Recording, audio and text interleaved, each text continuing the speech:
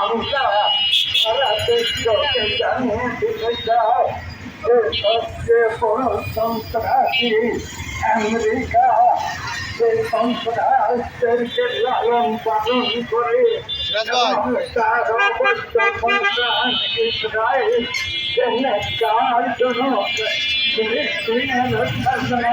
মুসলমানদেরকে এইভাবে এমন তাদের হত্যাযজ্ঞ থেকে কোনো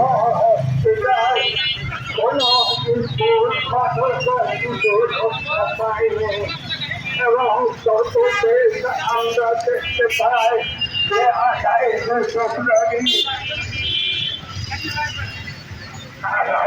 ফেব্রুয়ারি তারা ইসলামী ইরানের উপর আক্রমণ করেছে। তাদের একমাত্র উদ্দেশ্য হচ্ছে ইসলামকে দুনিয়া থেকে মুছে দেওয়া, কিন্তু এটা কখনো সম্ভব হবে না যতদিন পর্যন্ত ইসলামের মুজাহিদরা বেঁচে রয়েছে, ততক্ষণ তারা ইসলামকে পৃথিবীর বুক থেকে মুছতে পারবে না। ইনশাআল্লাহ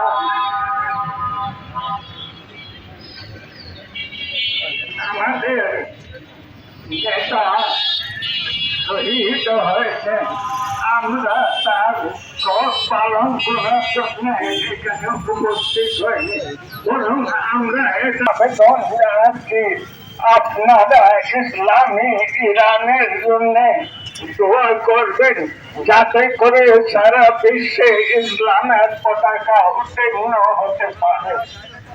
আসসালামু আলাইকুম ওয়া রাহমাতুল্লাহ।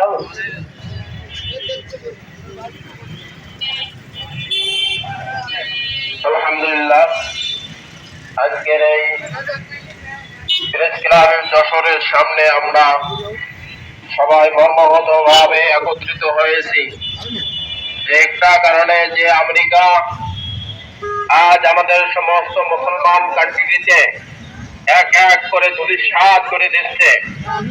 সর্বপ্রথম ধূলিসাৎ করলো আফগানিস্তান, তারপরে ধূলিসাৎ করলো, এখন ধরছে এক এক করে। ধরার পরে আমাদের মাতৃ, আমাদের একটা প্রাণ প্রিয় আয়াতুল্লাহ খামেনির উপরে এত বড় মর্মান্তিক পরিকল্পনা ভাবে, এরকম ভাবে এনাকে শহীদ করা হয়েছে।